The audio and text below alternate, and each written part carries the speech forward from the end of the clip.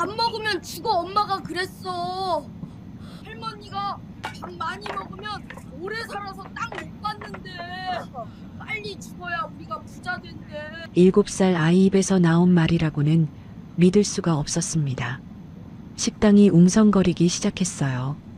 저는 며느리를 봤습니다. 사과 한마디가 나올 줄 알았어요. 그런데 며느리가 뭐라고 했는지 아세요? 어머니, 애가 틀린 말한 거 아니잖아요.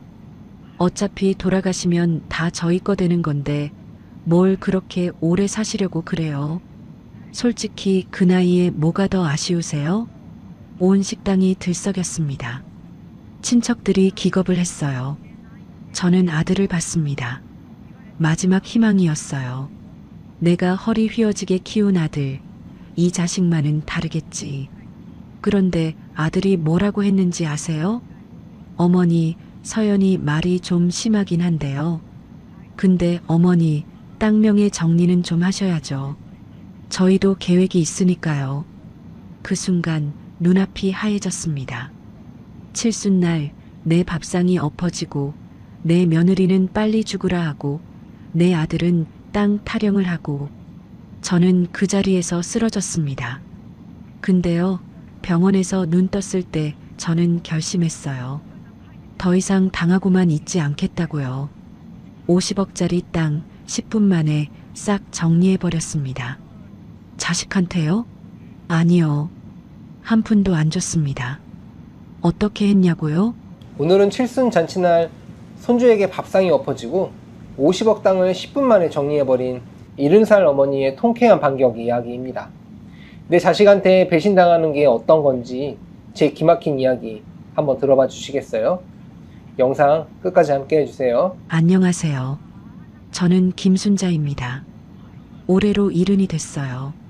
평생을 식당일과 농사일로 허리 한번 제대로 못 펴고 살았습니다. 남편은 20년 전에 먼저 세상을 떠났고 저 혼자 아들 하나 키우며 50억짜리 땅을 일궜어요. 그 땅을 몽땅 날려버린 이야기 한번 들어보시겠어요? 저는 한 달 전부터 칠순잔치를 손꼽아 기다렸습니다. 아들 재민이가 서울 유명 한정식집을 예약했다는 소식을 전해왔거든요. 전화를 끊고 나서 얼마나 기뻤는지 몰라요. 가슴이 벅차올랐습니다. 당장 옆집 미숙이네로 달려갔어요. 미숙아, 우리 재민이가 서울서 맛집 예약했대.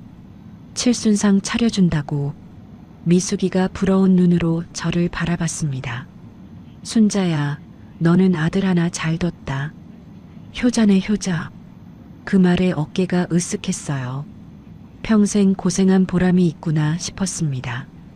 그날 밤 잠이 오지 않았어요. 천장을 바라보며 아들 어릴 적 생각을 했습니다. 새벽같이 일어나 식당으로 가고 밤늦게 들어와 잠든 아들 얼굴을 들여다보던 날들이 떠올랐어요. 그렇게 키운 자식이 이제 저한테 밥 한 끼 차려주겠다니 눈물이 핑 돌았습니다.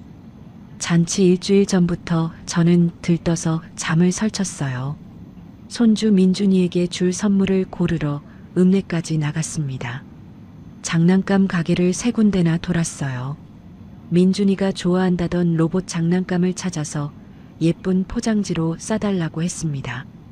리본까지 달아달라고 부탁했어요. 가게 아주머니가 웃으며 물었습니다. 손주 생일이에요? 아니요, 제 칠순이에요. 손주한테 주려고요. 어머, 할머니가 칠순에 손주 선물을 사시네. 손주가 복받았다. 그 말에 저는 괜히 쑥스러워서 웃었습니다. 선물 상자를 가슴에 안고 집으로 돌아오는 길이 꽃밭을 걷는 것 같았어요. 잔치 전날 밤에는 옷장을 열어 한복을 꺼냈습니다. 비취색 저고리에 진한 남색 치마였어요. 20해 전 환갑 때 지어 입고 한 번도 못 입은 옷이었습니다. 옷을 꺼내 코에 갖다 댔어요. 나프탈렌 냄새가 났지만 상관없었습니다. 내일 이 옷을 입고 아들이 차려주는 밥상을 받겠구나 생각하니 가슴이 뭉클했어요. 잔치 당일 아침이 밝았습니다. 저는 새벽 4시에 눈이 떠졌어요. 잠이 더 오지 않았습니다. 씻고 미장원에 가서 머리를 했어요. 미장원 언니가 파마를 말아주며 말했습니다. 어머, 순자 씨 오늘 되게 예쁘시다. 무슨 좋은 일 있어요? 오늘 칠순이야. 아들이 서울서 잔치 차려준대. 와, 효자네. 부럽다. 그 말이 그렇게 좋을 수가 없었어요. 미장원을 나와 집에 돌아와 한복을 차려입었습니다. 거울 앞에 섰어요. 주름진 얼굴에 웃음이 번졌습니다. 오늘만큼은 세상에서 제일 행복한 사람이 된 것 같았어요. 시골 버스터미널에서 서울행 버스를 탔습니다. 3시간이 걸렸어요. 버스 안에서 창밖을 바라보며 내내 설렜습니다. 민준이 얼굴이 떠올랐어요. 얼마나 컸을까, 목소리는 안 변했을까. 만나면 꼭 안아줘야겠다고 생각했습니다. 서울 한정식집에 도착하니 친척들이 먼저 와 있었어요. 언니 말순이가 저를 보자마자 달려왔습니다. 순자야, 어쩜 이렇게 예뻐. 한복 진짜 잘 어울린다. 언니, 오래간만이야. 조카 정수도 와서 인사를 했어요. 저는 오랜만에 보는 가족들 얼굴에 마음이 따뜻해졌습니다. 이렇게 다들 와줬구나 싶어서 눈시울이 붉어졌어요. 아들 재민이가 며느리 서연이, 손주 민준이와 함께 들어왔습니다. 저는 자리에서 벌떡 일어났어요. 민준이를 보자마자 2 팔을 벌렸습니다. 우리 민준이 할머니 여기야. 이리 와 안겨봐. 민준이가 저를 보더니 고개를 돌렸어요. 엄마 뒤로 숨어버렸습니다. 좀 낯을 가리나 보다 생각했어요. 저는 품에서 선물 상자를 꺼냈습니다. 민준아, 이거 할머니가 준비한 거야. 로봇이야, 좋아하지? 민준이가 선물을 받아들더니 포장도 안 뜯고 의자 밑에 던졌어요. 가슴이 철렁했지만 내색하지 않았습니다. 아이가 원래 그럴 수 있지 하고 넘겼어요. 잔치상이 들어왔습니다. 미역국, 불고기, 잡채, 전, 나물이 상 가득 차려졌어요. 저는 감격스러운 눈으로 상을 바라봤습니다. 재민이가 자리에서 일어나 잔을 들었어요. 오늘 어머니 칠순을 축하드리며 건배하겠습니다. 친척들이 잔을 들었습니다. 저도 잔을 들었어요. 바로 그 순간이었습니다. 민준이가 갑자기 의자에서 벌떡 일어났어요. 그러더니 제 쪽으로 달려왔습니다. 무슨 일인가 싶어 바라보는데 민준이가 2 손으로 제 앞에 밥상을 3개 밀어버렸어요. 쾅! 그릇들이 쏟아지고 미역국이 제 한복 위로 흘러내렸습니다. 불고기가 바닥에 떨어지고 잡채가 사방으로 튀었어요. 식당 전체가 쥐 죽은 듯 조용해졌습니다. 모든 사람들이 경악한 얼굴로 이쪽을 쳐다봤어요. 민준아, 지금 뭐 하는 거야? 제 목소리가 떨렸습니다. 민준이가 저를 똑바로 보며 소리쳤어요. 할머니, 밥 먹으면 죽어. 엄마가 그랬어. 할머니가 밥 많이 먹으면 오래 살아서 땅 못 받는데 빨리 죽어야 우리가 부자 된대. 머릿속이 하얘졌습니다. 귀가 멍해졌어요. 7살 아이 입에서 나온 말이라고 믿을 수가 없었습니다. 식당이 웅성거리기 시작했습니다. 친척들이 수군거렸어요. 저는 며느리 서연이를 바라봤습니다. 사과 한마디가 나올 줄 알았어요. 아이가 잘못했으니 엄마가 대신 사과하는 게 당연하잖아요. 그런데 서연이가 뭐라고 했는지 아세요? 어머니, 애가 틀린 말한 거 아니잖아요. 어차피 돌아가시면 다 저희 거 되는 건데 뭘 그렇게 오래 사시려고 그래요? 솔직히 그 나이에 뭐가 더 아쉬우세요? 숨이 턱 막혔습니다. 눈앞이 흐려졌어요. 온 식당이 들썩였습니다. 언니 말순이가 벌떡 일어났어요. 서연아, 지금 시어머니한테 무슨 소리를 하는 거야? 사람이 어떻게 그런 말을 해? 서연이는 눈 하나 깜짝 안 했습니다. 오히려 한숨을 쉬며 핸드폰을 꺼내 들었어요. 마치 짜증난다는 듯이요. 저는 마지막 희망으로 아들 재민이를 봤습니다. 내가 허리 휘어지게 키운 아들이에요. 새벽부터 밤까지 식당에서 일하며 대학까지 보낸 아들입니다. 이 자식만은 다르겠지. 이 자식은 나를 지켜주겠지. 그런데 재민이가 뭐라고 했는지 아세요? 어머니, 서연이 말이 좀 심하긴 한데요. 근데 어머니, 땅명의 정리는 좀 하셔야죠. 저희도 계획이 있으니까요. 그 순간 심장이 멎는 것 같았습니다. 눈앞이 하얘졌어요. 다리에 힘이 풀렸습니다. 저는 그 자리에서 쓰러졌어요. 엎어진 밥상 위로 몸이 기울어지는 게 느껴졌습니다. 누군가 비명을 질렀어요. 그리고 아무것도 들리지 않았습니다. 눈을 떴을 때 하얀 천장이 보였습니다. 코끝에 소독약 냄새가 났어요. 병원이었습니다. 팔에 링거가 꽂혀 있었어요. 저는 천장을 바라보며 식당에서 있었던 일을 떠올렸습니다. 손주의 그 말이 귓가에 맴돌았어요. 할머니 밥 먹으면 죽어. 빨리 죽어야 우리가 부자 된대. 눈물이 볼을 타고 흘러내렸습니다. 소리 없이 울었어요. 가슴속에서 무언가가 산산이 부서지는 소리가 들렸습니다. 의사가 병실로 들어왔습니다. 젊은 남자 의사였어요. 어머님, 정신이 드세요? 과호흡과 급성 스트레스로 실신하셨습니다. 심장에는 이상이 없으세요. 다만 정밀 검사를 위해 하루 입원하셔야 합니다. 저는 고개만 끄덕였어요. 말이 나오지 않았습니다. 의사가 나가고 나서 저는 천장만 바라봤어요. 아들과 며느리는 어디 있는 걸까? 면회는 왜 안 오는 걸까? 한참 뒤에 간호사가 들어왔습니다. 어머님, 보호자분들이 복도에서 통화 중이세요. 조금만 기다리시면 들어오실 거예요. 저는 링거를 끌고 침대에서 일어났습니다. 화장실에 가는 척하며 병실 문을 열었어요. 복도로 나갔습니다. 아들과 며느리를 찾고 싶었어요. 아까 그 말들이 정말이었는지 확인하고 싶었습니다. 복도 끝 모퉁이에서 익숙한 목소리가 들렸습니다. 서연이 목소리였어요. 저는 벽에 몸을 붙이고 숨을 죽였습니다. 여보, 잔치 망쳐서 쪽팔렸지만 어쩌면 잘 된 거야. 어머니 저러다 진짜 치매 오는 거 아니야? 충격받으면 치매 빨리 온다던데. 그럼 우리가 후견이 나면 땅 처분할 수 있잖아. 심장이 쿵쾅거렸습니다. 손이 떨렸어요. 저는 벽에 등을 더 바짝 붙였습니다. 재민이 목소리가 들렸어요. 그것도 방법이긴 하네. 누나도 없고 나밖에 없으니까 어차피 다 내 거야. 어머니가 돌아가시기 전에 정리해야 세금도 줄이고. 두 손으로 입을 틀어막았습니다. 비명이 터져 나올 것 같았어요. 다리가 후들거렸습니다. 서연이가 다시 말했어요. 시골 땅이 50억이 넘는다며?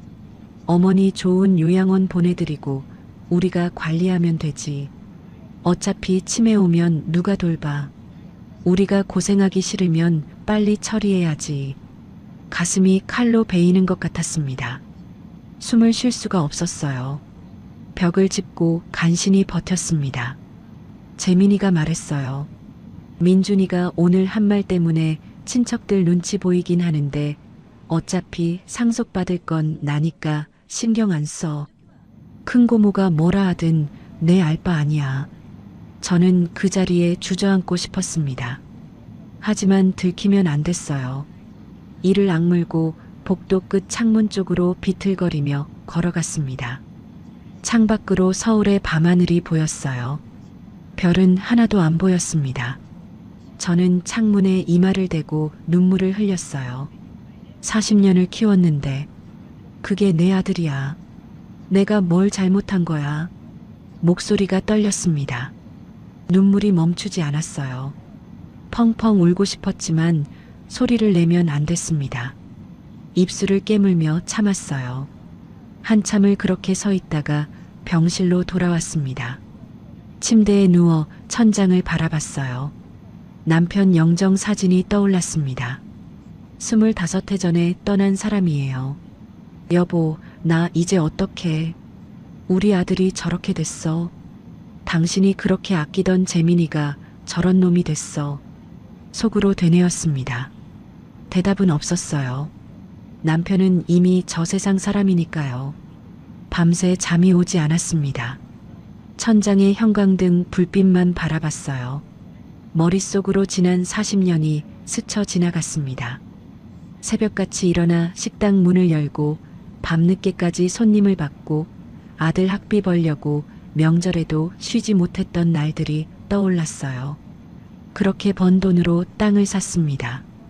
한 평, 두 평 넓혀갔어요.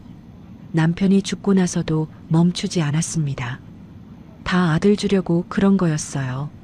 내 자식 고생 안 시키려고 평생을 허리 펴지 못하고 살았습니다. 근데 그 아들이 저더러 빨리 죽으라네요. 창문으로 새벽 햇살이 들어왔습니다. 저는 눈물을 닦았어요. 주먹을 꽉 쥐었습니다. 그래, 당하고만 있을 수 없어. 이를 악물었어요. 내가 직접 확인하겠어. 저것들이 진짜 그런 인간들인지. 그 순간 결심이 섰습니다. 저는 천장을 바라보며 계획을 세우기 시작했어요. 어떻게 해야 저것들의 본심을 확인할 수 있을까? 어떻게 해야 저것들에게 당하지 않을 수 있을까? 날이 밝았습니다. 새로운 싸움이 시작되는 아침이었어요. 다음 날 아침 의사가 병실로 들어왔습니다. 어머님, 검사 결과 나왔습니다. 뇌에는 아무 이상 없으세요. 오늘 퇴원 가능하십니다. 저는 속으로 중얼거렸어요. 그래, 멀쩡한 정신으로 이 연극을 시작하자. 겉으로는 멍한 표정을 유지했습니다. 잠시 후 아들 부부가 병실로 들어왔어요. 재민이가 먼저 말했습니다. 어머니, 의사 선생님이 퇴원해도 된대요. 집에 가시죠.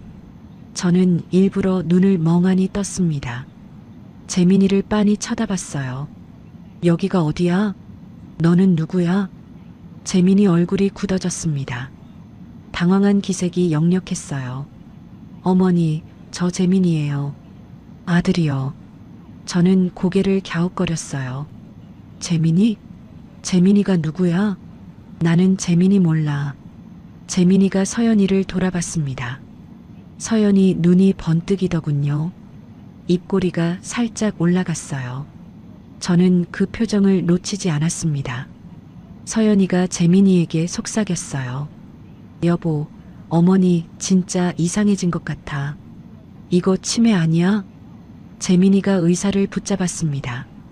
선생님, 우리 어머니가 사람을 못 알아봐요. 치매 검사를 해야 하는 거 아닙니까? 의사가 고개를 끄덕였어요. 일단 퇴원하시고 신경과 정밀 검사를 예약해 드리겠습니다. 나이가 있으시니 검사 한번 받아보시는 게 좋겠습니다. 퇴원 수속을 밟는 동안 저는 계속 멍한 표정을 유지했어요. 걸음도 일부러 느리게 걸었습니다. 서연이가 재민이에게 말하는 게 들렸어요. 여보, 어머니 시골집에 혼자 두면 안 되겠다. 우리 집에 모시고 가자. 저는 황급히 고개를 저었습니다. 싫어. 집에 갈래. 내 집, 내 집. 일부러 고집센 치매 노인처럼 행동했어요. 재민이가 한숨을 쉬었습니다. 어머니, 서울집에 가시죠. 시골에 혼자 계시면 어떡해요. 싫어. 내 집 갈 거야. 저는 발을 동동 굴렀어요. 마치 어린아이처럼요. 서연이가 짜증스러운 표정을 지었습니다. 됐어. 그냥 시골집에 모셔다 드리자. 나중에 데려오면 되지. 재민이가 마지못해 고개를 끄덕였어요. 저는 속으로 안도했습니다. 첫 번째 고비는 넘겼어요. 시골집에 도착했습니다. 재민이와 서연이가 저를 방에 눕혔어요. 서연이가 말했습니다. 어머니, 저희 내일 다시 올게요. 오늘은 푹 쉬세요. 저는 대답 없이 멍하니 천장만 바라봤어요. 재민이가 서연이를 데리고 나갔습니다. 차 소리가 멀어지는 게 들렸어요. 저는 벌떡 일어났습니다. 창문으로 재민이 차가 사라지는 걸 확인했어요. 그제야 숨을 내쉬었습니다. 휴, 됐다. 거울 앞에 섰어요. 제 얼굴을 들여다봤습니다. 이 연기를 끝까지 해내야 해. 저것들의 본심을 전부 확인할 때까지. 손이 떨렸어요. 하지만 이를 악물었습니다. 이제 시작이었어요. 일주일이 지났습니다. 저는 낮에는 멍한 치매 노인으로 살았어요. 밥도 제대로 못 먹는 척했습니다. 옷도 아무거나 걸쳤어요. 머리도 빗지 않았습니다. 재민이가 이틀에 한 번씩 전화를 했어요. 어머니, 밥은 드셨어요? 밥이 뭐야? 어머니, 저 재민이에요. 재민이? 몰라. 전화기 너머로 한숨소리가 들렸습니다. 저는 전화를 끊고 나서야 눈물을 닦았어요. 연기가 이렇게 힘든 줄 몰랐습니다. 어느 날 오후 옆집 미숙이가 찾아왔어요. 문을 두드리는 소리가 들렸습니다. 순자야, 나야 미숙이. 문 열어. 저는 미숙이를 맞이했습니다. 미숙이가 제 얼굴을 보더니 깜짝 놀랐어요. 순자야, 얼굴이 왜 이래? 무슨 일 있어? 저는 미숙이를 방 안으로 끌어들였습니다. 문을 꼭 닫았어요. 창문 커튼도 쳤습니다. 미숙아, 나 부탁할 게 있어. 미숙이가 걱정스러운 눈으로 저를 바라봤어요. 무슨 일이야? 얼굴이 반쪽이 됐어. 저는 미숙이 손을 꼭 잡았습니다. 칠순잔치에서 있었던 일을 처음부터 끝까지 이야기했어요. 손주가 밥상을 엎은 것, 며느리가 빨리 죽으라고 한 것, 아들이 땅 타령을 한 것, 병원에서 들은 대화까지 전부 털어놓았습니다. 미숙이 입이 떡 벌어졌어요. 세상에 그런 일이 있었어? 그 착하던 재민이가? 미숙아, 그게 다가 아니야. 저는 치매 연기를 하고 있다고 말했습니다. 미숙이 눈이 휘둥그레졌어요. 뭐? 치매 연기를 한다고? 그래. 저것들이 내 재산만 노리는 건지 진짜 확인하려고. 근데 미숙아, 나 혼자서는 못하겠어. 나 좀 도와줘. 미숙이가 한참 저를 바라봤습니다. 그러더니 제 손을 꽉 잡았어요. 순자야, 알았어. 내가 도와줄게. 우리 조카가 법무사인데 믿을만해. 그 애한테 상담 한번 받아봐. 법무사? 응. 준호라고. 내 남동생 아들이야. 젊은데 일 잘해. 눈물이 핑 돌았습니다. 미숙이가 아니었으면 저는 정말 어떡할 뻔했어요. 고마워, 미숙아. 평생 내 은혜 못 잊을게. 무슨 은혜는? 우리가 남이가. 미숙이가 저를 꼭 안아줬어요. 한참을 그렇게 있었습니다.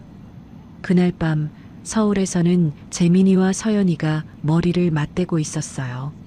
서연이가 노트북으로 뭔가를 검색하고 있었습니다. 여보, 시어머니 땅 시세 찾아봤어. 50억이 뭐야? 요즘 시세로 55억은 넘겠다. 서연이 눈이 반짝거렸어요. 재민이가 옆에서 고개를 끄덕였습니다.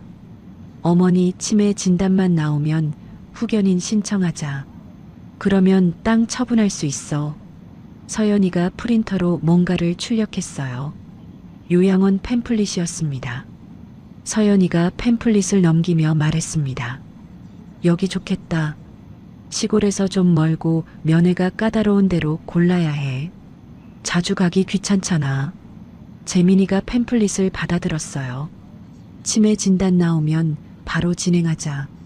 어머니가 정신 차리기 전에 빨리 해야 해. 두 사람은 씩 웃었습니다. 며칠 후 미숙이가 제 집을 다시 찾아왔어요. 재민이 부부가 다녀간 뒤였습니다. 서연이가 두고 간 게 있었어요. 요양원 팸플릿이었습니다. 저는 그 팸플릿을 들고 손이 부들부들 떨렸어요. 미숙이가 팸플릿을 보더니 얼굴이 불그락푸르락해졌습니다. 이것들이 진짜. 순자야, 정신 바짝 차려. 저것들한테 당하면 안 돼. 저는 이를 악물었습니다. 두고 봐라. 누가 이기나. 미숙이가 고개를 끄덕였어요. 내일 준호 데리고 올게. 법적으로 어떻게 해야 하는지 상담 받아보자. 저는 미숙이 손을 꽉 잡았습니다. 고마워, 미숙아. 창밖으로 어둠이 내려앉고 있었어요. 하지만 제 마음속에는 작은 불씨 하나가 타오르기 시작했습니다. 이제부터 진짜 싸움이었어요. 다음 날 오후 미숙이가 젊은 남자를 데리고 왔습니다. 30 중반쯤 되어 보였어요. 단정한 양복을 입고 있었습니다. 순자야, 이 애가 내 조카 준호야. 법무사야. 준호가 공손하게 고개를 숙였어요. 안녕하세요, 어머니. 최준호입니다. 고모한테 사정 들었습니다. 저는 준호를 방 안으로 안내했습니다. 문을 꼭 닫고 커튼도 쳤어요. 혹시 누가 볼까봐 걱정이 됐거든요. 준호 씨 앉아요. 준호가 자리에 앉았습니다. 저는 처음부터 차근차근 설명했어요. 칠순잔치, 병원에서 들은 대화, 치매 연기를 하는 이유까지 전부 이야기했습니다. 준호가 수첩에 메모를 하며 들었어요. 얼굴이 점점 굳어졌습니다. 이야기가 끝나자 준호가 입을 열었어요. 어머니, 솔직히 충격입니다. 세상에 이런 자식이 있다니. 준호 씨, 나 어떻게 해야 해요? 저것들한테 땅 뺏기기 싫어요. 준호가 고개를 끄덕였습니다. 방법이 있습니다. 어머니가 정신이 온전하실 때 기부 약정서를 쓰시면 됩니다. 유언장도 같이 작성하시고요. 그러면 나중에 아드님이 후견인이 되더라도 재산을 마음대로 처분할 수 없습니다. 기부 약정서요? 네. 어머니 명의의 땅을 복지재단에 기부하겠다는 문서입니다.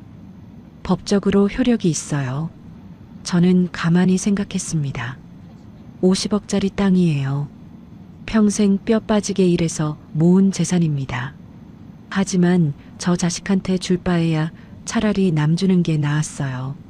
준호 씨, 나는 이 땅을 어려운 어르신들을 위해 쓰고 싶어요. 요양원도 못 가고 힘들게 사시는 분들 많잖아요. 내 자식한테는 한 푼도 안 줄 겁니다. 준호가 눈을 크게 떴어요. 그러더니 고개를 깊이 숙였습니다. 어머니, 대단하십니다. 제가 반드시 도와드리겠습니다. 고마워요, 준호 씨. 그날부터 비밀 작전이 시작됐습니다. 준호가 복지재단 담당자와 연락을 취했어요. 기부 절차가 어떻게 되는지 알아봤습니다. 저는 낮에는 치매 노인 연기를 하고 밤에는 몰래 서류를 준비했어요. 등기부등본을 떼야 했습니다. 저는 새벽에 몰래 읍내로 나갔어요. 혹시 누가 볼까봐 모자를 푹 눌렀었습니다. 주민센터에서 서류를 떼고 황급히 집으로 돌아왔어요. 낮이 되면 다시 멍한 표정으로 마당에 앉아 있었습니다. 일주일이 지났을 때였어요. 갑자기 재민이 차가 마당으로 들어왔습니다. 예고도 없이 온 거예요. 저는 화들짝 놀랐습니다. 서류가 책상 위에 있었거든요. 저는 재빨리 서류를 옷장 안쪽에 밀어 넣었어요. 그리고 멍한 표정을 지으며 마루로 나갔습니다.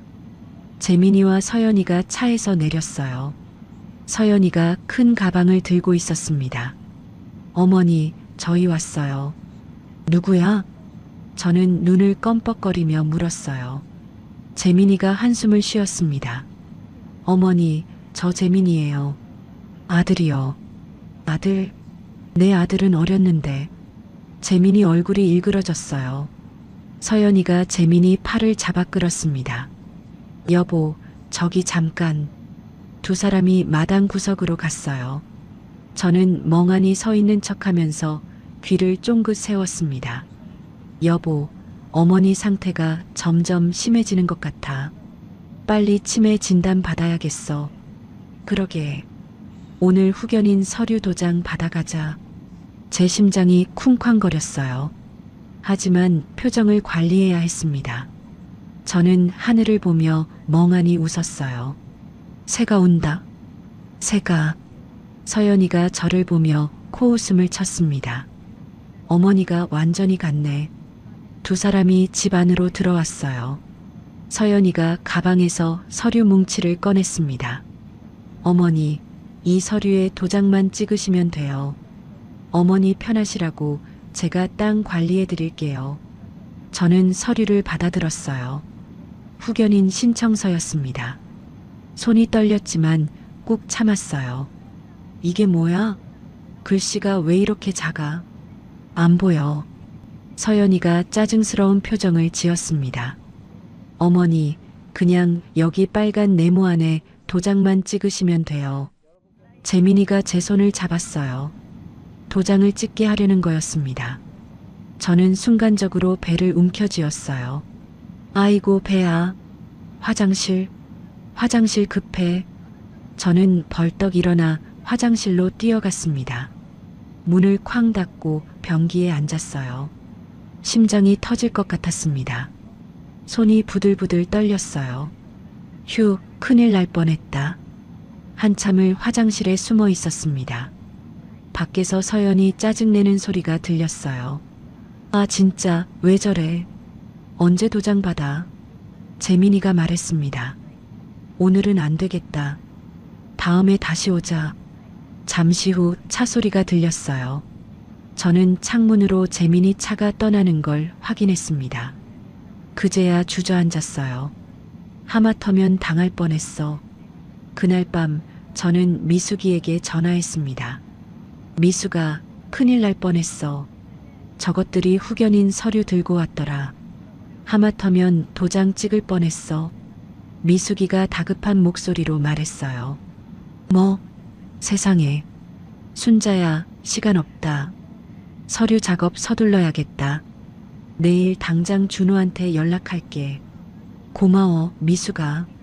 너 아니면 나 진짜 어떡해. 전화를 끊고 창밖을 바라봤습니다. 달이 밝았어요. 저는 이를 악물었습니다. 기다려라. 거의 다 왔어. 준호에게서 연락이 왔어요. 기부 서류가 거의 완성됐다고 했습니다. 다음 주에 재단 담당자와 만나 최종 서명만 하면 된다고요. 저는 가슴을 쓸어내렸습니다. 이제 조금만 더 버티면 됐어요. 저는 남편 영정 사진을 바라봤습니다. 여보, 조금만 기다려. 내가 저것들한테 안 당해. 당신이 그렇게 아끼던 땅, 좋은 데 쓸게. 영정 사진 속 남편이 빙그레 웃는 것 같았어요. 저도 따라 웃었습니다. 비록 힘들었지만 희망이 보이기 시작했어요. 창밖으로 새벽빛이 들어왔습니다. 새로운 하루가 시작되고 있었어요. 저는 주먹을 불끈 쥐었습니다. 끝까지 포기하지 않을 거예요. 기부 서류가 최종 단계에 접어들었습니다.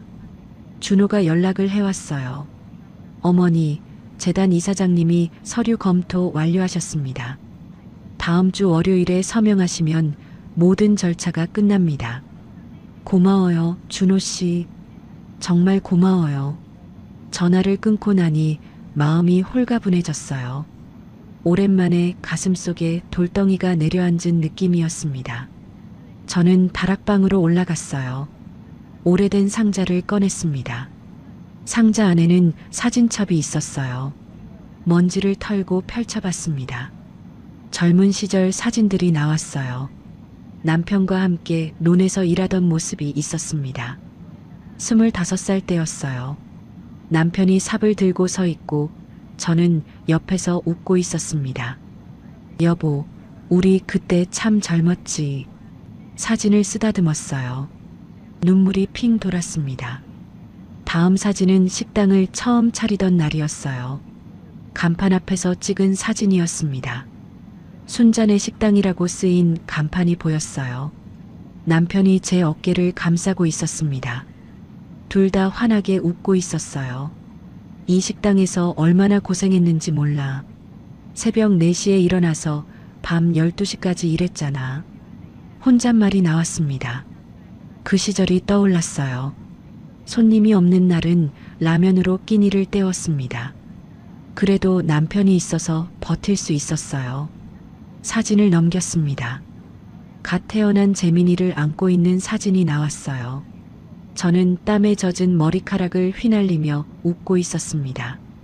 재민이는 새빨간 얼굴로 울고 있었어요. 이렇게 작던 애가. 손가락으로 사진 속 재민이 얼굴을 쓰다듬었습니다. 그때는 정말 행복했어요. 이 아이를 위해서라면 뭐든 할 수 있을 것 같았습니다. 남편이 말했던 게 떠올랐어요. 순자야, 이 땅 다 재민이 주자. 우리 재민이 고생 안 시키게. 그래, 여보. 우리 아들 잘 키우자. 그 약속을 지키려고 평생을 일했습니다. 남편이 먼저 떠나고 나서도 멈추지 않았어요. 땅을 한 평, 두 평 넓혀갔습니다. 다 재민이 주려고 그런 거였어요. 근데 그 재민이가 저더러 빨리 죽으라네요. 사진첩을 덮었습니다. 눈물이 뚝뚝 떨어졌어요. 한참을 울었습니다. 마당에서 인기척이 났어요. 미숙이 목소리가 들렸습니다. 순자야, 나야. 문 열어. 저는 눈물을 닦고 내려갔어요. 미숙이가 막걸리와 파전을 들고 서 있었습니다. 미숙아, 이게 뭐야? 뭐긴 뭐야? 우리 소풍 가자. 소풍? 미숙이가 씩 웃었어요. 맨날 집에만 있으면 우울해. 오늘 날씨 좋잖아. 뒷산 정자에 가서 막걸리나 한잔하자. 저는 미숙이를 따라 뒷산으로 올라갔습니다. 정자에 앉으니 마을이 한눈에 내려다 보였어요. 저 멀리 제 땅도 보였습니다. 농가 밭이 펼쳐져 있었어요.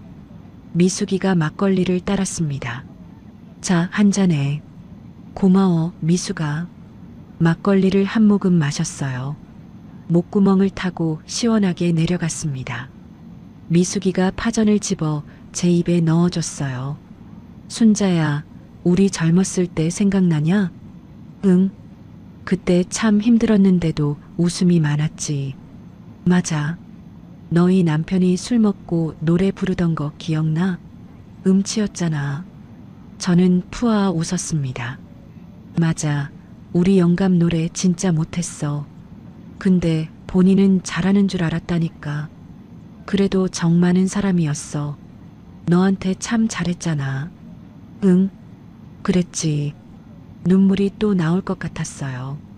하지만 꾹 참았습니다. 미숙이가 제 손을 잡았어요. 순자야, 힘내. 네가 잘못한 거 아니야. 자식이 못된 거지. 미숙아, 네가 없었으면 나 진짜 어떡할 뻔했어. 평생 내 은혜 못 잊어. 무슨 은혜는. 우리가 남이가 30년을 옆집에서 살았는데. 미숙이가 저를 꼭 안아줬습니다. 한참을 그렇게 있었어요. 바람이 살랑살랑 불었습니다. 나뭇잎이 흔들렸어요. 평화로운 오후였습니다. 해가 질 무렵 집으로 돌아왔어요. 마음이 한결 가벼워졌습니다. 다음 날 준호가 찾아왔어요. 서류 가방을 들고 있었습니다. 어머니, 기부 서류 최종본입니다. 재단 이사장님도 검토 완료하셨고 월요일에 서명하시면 모든 절차가 끝납니다. 준호가 서류를 건넸어요. 저는 한 장 한 장 넘겨봤습니다. 제 이름이 적혀 있었어요. 기부자 김순자. 기부 대상 땅의 주소와 면적이 적혀 있었습니다. 이게 진짜 내 마지막 결정이구나. 어머니, 후회 안 하시겠습니까? 안 해요. 저 자식한테 주느니 이게 100배 낫지. 준호가 고개를 숙였어요. 어머니, 존경합니다. 쉬운 결정이 아니셨을 텐데. 고마워요, 준호 씨. 당신 덕분에 여기까지 왔어요. 준호가 돌아간 뒤 저는 남편 영정 사진 앞에 막걸리 한 잔을 올렸습니다. 향을 피우고 두 손을 모았어요. 여보, 나 잘하고 있는 거 맞지? 당신이 그렇게 아끼던 땅인데 저 자식한테 주느니 차라리 좋은 데 쓰는 게 낫지 않아? 영정 사진을 바라봤습니다. 남편이 웃고 있는 것 같았어요. 당신도 그렇게 생각하지? 그래, 나 잘할게. 저는 영정사진에 절을 했습니다. 마음이 편해졌어요. 그날 밤 창문을 열고 하늘을 바라봤습니다. 별이 총총히 떠 있었어요. 저는 혼자 중얼거렸습니다. 미숙이가 있고 준호 씨가 있고 나 혼자가 아니구나. 비록 아들에게 배신당했지만 곁에 있어주는 사람들이 있었어요. 그 사실이 저를 버티게 해줬습니다. 월요일까지만 버티자. 조금만 더. 저는 이불을 덮고 누웠어요. 오랜만에 평온한 마음으로 잠이 들었습니다. 꿈에서 남편을 만났어요. 남편이 웃으며 말했습니다. 순자야, 잘하고 있어. 힘내. 저도 웃었어요. 오랜만에 행복한 꿈이었습니다. 서명을 이틀 앞둔 토요일 아침이었습니다. 저는 마당을 쓸고 있었어요. 빗자루질을 하는데 갑자기 익숙한 엔진 소리가 들렸습니다. 고개를 들어보니 재민이 차가 마당으로 들어오고 있었어요. 심장이 철렁 내려앉았습니다. 왜 갑자기 온 거지? 예고도 없이. 재민이가 차에서 내렸어요. 혼자였습니다. 서연이는 안 보였어요. 어머니, 저 왔어요. 저는 재빨리 멍한 표정을 지었습니다. 빗자루를 든 채 멍하니 서 있었어요. 누구야? 어머니, 저 재민이에요. 아들이요. 아들? 아, 그래. 재민이. 재민이가 집 안으로 들어왔습니다. 저는 뒤를 따라갔어요. 재민이가 거실을 둘러보더니 제 방으로 향했습니다. 어머니, 제가 방 좀 치워드릴게요. 방? 왜? 재민이가 대답 없이 제 방으로 들어갔어요. 저는 가슴이 쿵쾅거렸습니다. 서류가 장롱 밑 이불 밑에 있었거든요. 재민이가 그걸 찾으면 큰일이었어요. 재민이가 서랍장을 열기 시작했습니다. 하나씩 뒤지고 있었어요. 양말, 속옷, 수건. 별거 아닌 것들이 나왔습니다. 어머니, 통장은 어디 있어요? 통장? 통장이 뭐야? 재민이가 한숨을 쉬었어요. 다음으로 옷장을 열었습니다. 옷들을 헤집기 시작했어요. 제 심장이 목구멍까지 올라왔습니다. 재민이 손이 옷장 안쪽으로 들어갔어요. 기부 서류 봉투가 있는 쪽이었습니다. 손끝이 봉투 모서리를 스쳤어요. 저는 순간적으로 재민이 팔을 잡았습니다. 재민아, 엄마 배고파? 밥 줘. 어머니, 잠깐만요. 제가 뭐 좀 찾고 있어요. 배고파? 밥? 저는 일부러 때를 썼어요. 어린아이처럼 발을 동동 굴렀습니다. 재민이가 짜증스러운 표정을 지었어요. 아, 알았어요. 밥 드릴게요. 재민이가 부엌으로 향했습니다. 저는 후다닥 옷장으로 달려갔어요. 서류 봉투를 꺼내서 장롱 맨 아래 이불 밑으로 옮겼습니다. 손이 부들부들 떨렸어요. 재민이가 부엌에서 소리쳤습니다. 어머니, 냉장고에 아무것도 없네요. 뭐 드실래요? 아무거나. 저는 방에서 나와 마루에 앉았어요. 가슴을 쓸어내렸습니다. 하마터면 들킬 뻔했어요. 재민이가 라면을 끓여왔습니다. 저는 멍하니 라면을 먹었어요. 일부러 국물을 흘리고 면발을 떨어뜨렸습니다. 치매 환자처럼 보이려고요. 재민이가 한심하다는 눈으로 저를 바라봤어요. 어머니, 진짜 많이 안 좋아지셨네. 저는 대답 없이 라면만 먹었습니다. 속으로는 피가 거꾸로 솟았어요. 이 자식이 내 재산 뺏으려고 이러는 거잖아. 재민이가 저녁 때 서울로 돌아갔습니다. 차가 떠나는 걸 확인하고 나서야 숨을 내쉬었어요. 휴, 살았다. 그런데 안심할 틈도 없이 미숙이에게서 전화가 왔습니다. 미숙이 목소리가 다급했어요.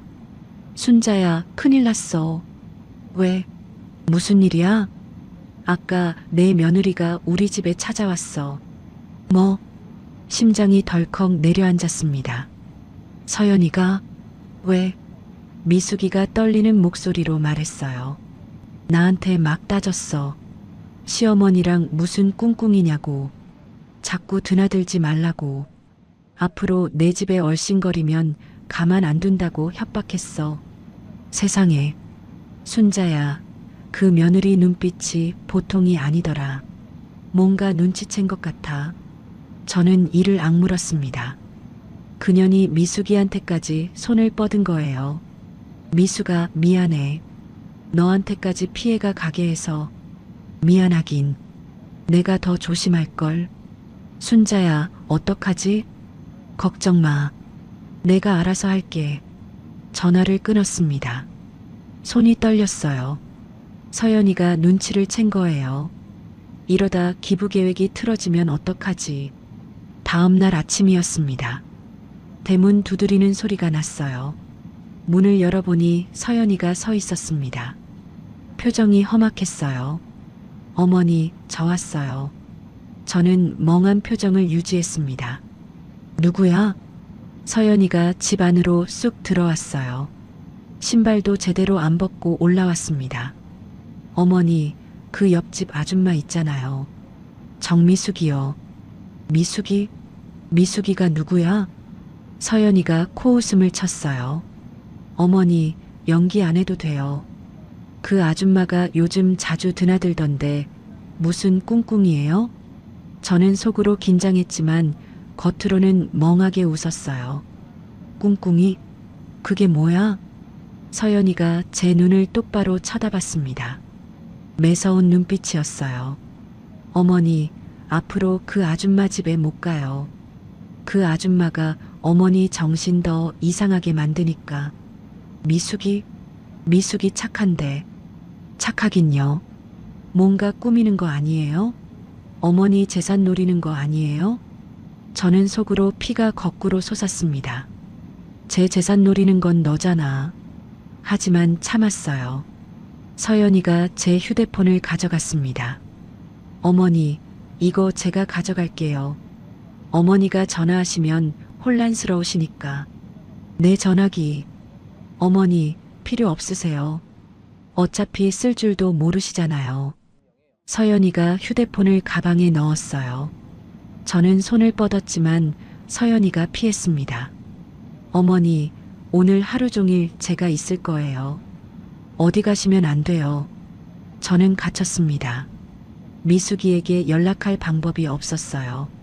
내일이 서명날인데 어떡하지? 서연이가 거실에 떡하니 앉았습니다. 핸드폰을 만지작거리며 저를 감시했어요. 저는 방에 들어가 누웠습니다. 천장을 바라보며 생각했어요. 어떻게 빠져나가지? 내일까지 어떻게든 가야 하는데. 창밖으로 해가 기울고 있었습니다. 시간이 없었어요. 저는 이를 악물었습니다. 어떻게든 방법을 찾아야 해. 밤이 깊었습니다. 서연이가 거실 소파에서 잠이 들었어요. 코 고는 소리가 들렸습니다. 저는 살금살금 일어났어요. 창문을 열어봤습니다. 빠져나갈 수 있을 것 같았어요. 하지만 지금 나가면 서연이가 눈치챌 수 있었습니다. 새벽에 움직여야 했어요. 저는 다시 누웠습니다. 잠이 오지 않았어요. 내일 새벽에 나가자. 그게 유일한 방법이야. 창밖으로 달빛이 들어왔습니다. 저는 주먹을 꽉 쥐었어요. 미수가 기다려. 내가 꼭 갈게. 시계가 똑딱거렸습니다. 기나긴 밤이었어요. 새벽 4시였습니다. 저는 살금살금 일어났어요. 거실에서 서연이 코 고는 소리가 들렸습니다. 아직 자고 있었어요. 저는 장롱 및 이불 밑에서 기부 서류 봉투를 꺼냈습니다. 품에 꼭 안았어요. 심장이 쿵쿵 뛰었습니다. 운동화를 들고 뒷문 쪽으로 갔어요. 뒷문 손잡이를 천천히 돌렸습니다. 삐걱 소리가 났어요. 저는 숨을 멈추고 거실 쪽을 살폈습니다. 서연이가 뒤척이는 소리가 들렸어요. 가슴이 철렁 내려앉았습니다. 잠시 기다렸어요. 다시 코 고는 소리가 들렸습니다. 저는 문을 열고 밖으로 빠져나왔어요. 운동화 끈을 꽁꽁 묶었습니다. 어둠 속에서 논두렁길을 따라 달렸어요. 숨이 찼습니다.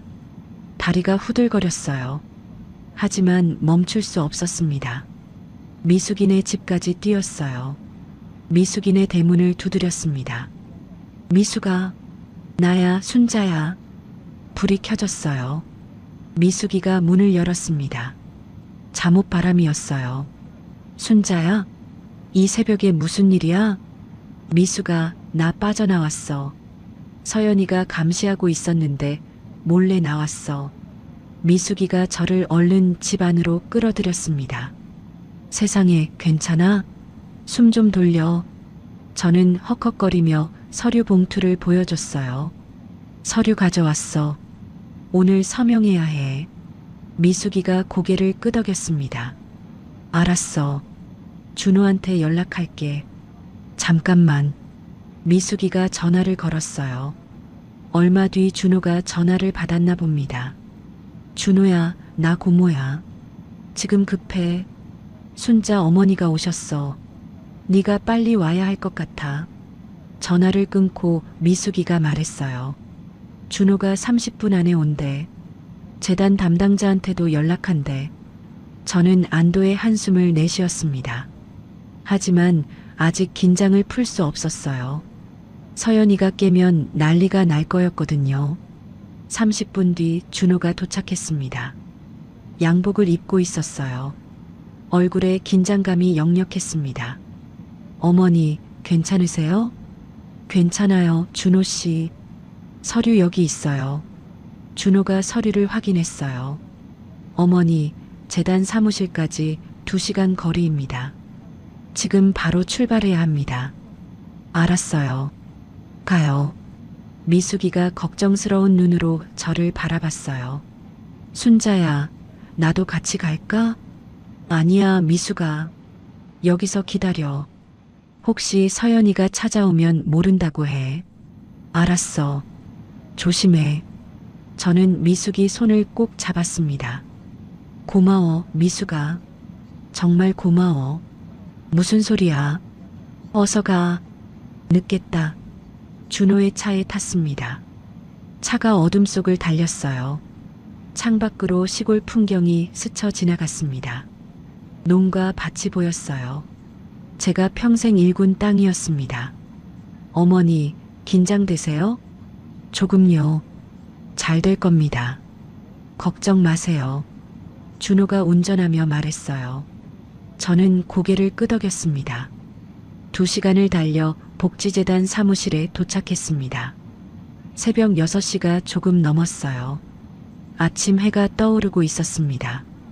재단 담당자가 입구에서 기다리고 있었어요. 50대 여자분이었습니다. 인상이 선했어요. 김순자 어머님이시죠? 안녕하세요. 저는 담당자 이정희입니다. 안녕하세요. 이른 시간에 죄송합니다. 안으로 들어가시죠. 사무실 안으로 들어갔습니다.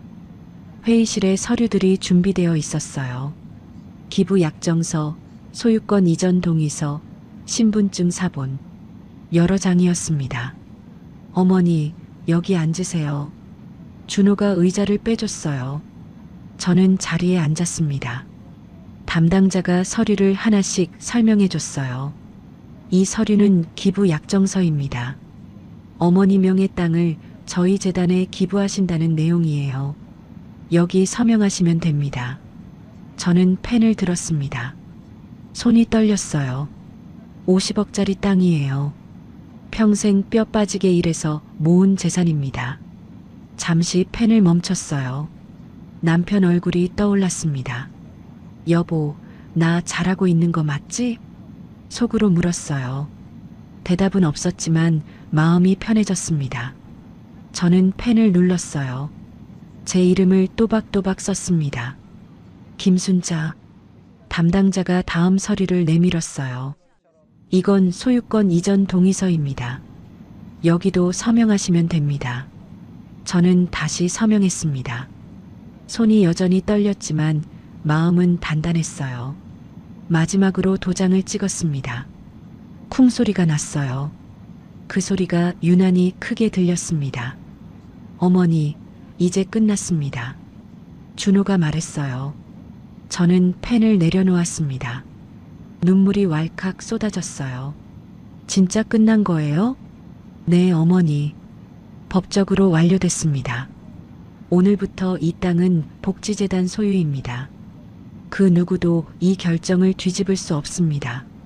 저는 서류를 꼭 껴안았습니다. 눈물이 멈추지 않았어요. 끝났어. 진짜 끝났어. 담당자가 휴지를 건네줬어요. 어머니, 정말 대단하십니다. 이 땅으로 많은 어르신들을 도울 수 있습니다. 감사합니다. 아니에요. 저야말로 고마워요. 좋은 데 써주세요. 준호가 저를 차에 태웠습니다. 집으로 돌아가는 길이었어요. 아침 햇살이 눈부셨습니다. 저는 창밖을 바라보며 생각했어요. 이제 남은 건 하나였습니다. 저것들에게 진실을 알려주는 것. 집에 도착하니 아침 9시가 넘었어요. 대문 앞에 서연이가 서 있었습니다.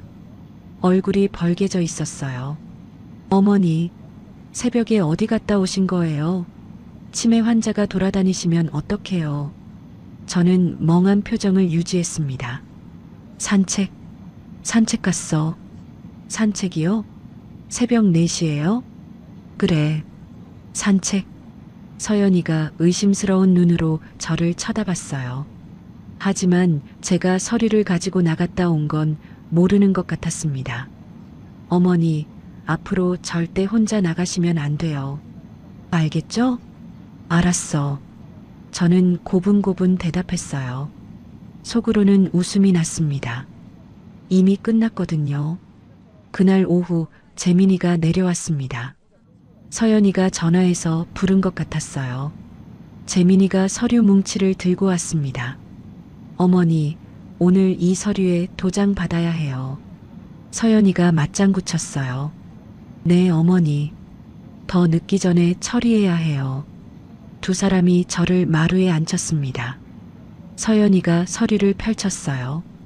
후견인 신청서였습니다. 어머니, 여기 도장만 찍으시면 돼요. 어머니 땅 제가 잘 관리해 드릴게요. 재민이가 도장을 들이밀었습니다. 저는 서류를 받아들었어요. 잠시 바라봤습니다. 그리고 천천히 고개를 들었어요. 멍했던 눈빛이 서서히 또렷해졌습니다. 그 서류 찍기 전에 내가 할 말이 있어. 재민이와 서연이 표정이 굳어졌습니다. 저는 의자에서 천천히 일어났습니다. 허리를 꼿꼿이 펴고 아들 부부를 똑바로 쳐다봤어요. 나 치매 아니야. 재민이 얼굴이 굳어졌습니다. 서연이가 눈을 깜빡거렸어요. 네. 어머니, 무슨 말씀이세요? 다 연기였어. 처음부터 끝까지 전부 다. 서연이가 히스테리를 부렸습니다.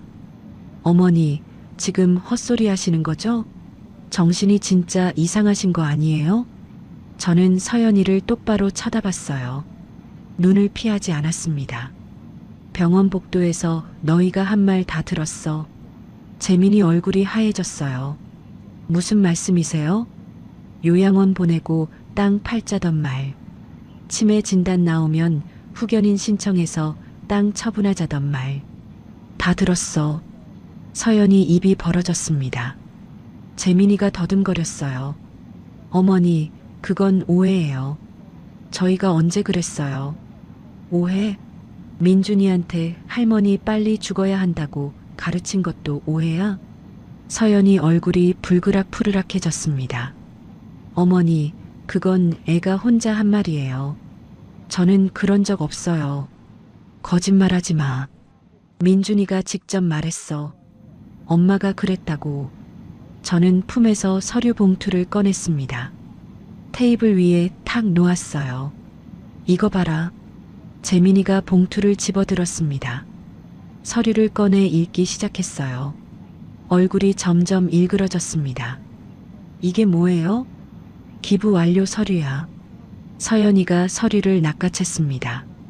눈이 휘둥그레졌어요. 기부요? 뭘 기부했다는 거예요? 이 땅 50억짜리 전부 다 어려운 어르신들 돕는 복지재단에 기부했어. 오늘 새벽에 서명 다 끝났어. 서연이 입에서 비명 같은 소리가 터져 나왔습니다. 뭐라고요? 너희한테 줄 돈은 한 푼도 없어. 서연이가 서류를 찢으려고 했어요. 저는 서연이 손목을 잡았습니다. 찢어봤자 소용없어. 이미 법적으로 완료됐어. 원본은 재단에 있어. 서연이가 제 손을 뿌리쳤습니다. 발을 동동 굴렀어요. 이게 무슨 짓이에요? 그 땅은 당연히 우리 거예요. 시어머니가 미쳤어요. 당연히 너희 거? 누가 그래? 저는 서연이를 똑바로 쳐다봤어요.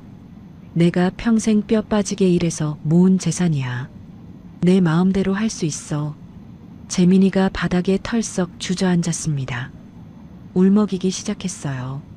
어머니, 왜 이러세요? 제가 유일한 아들인데 40년을 키워놓고 이럴 수 있어요? 저는 재민이를 내려다봤습니다. 가슴이 아팠어요. 하지만 참았습니다. 40년 키워줬더니 네가 한 게 뭐야?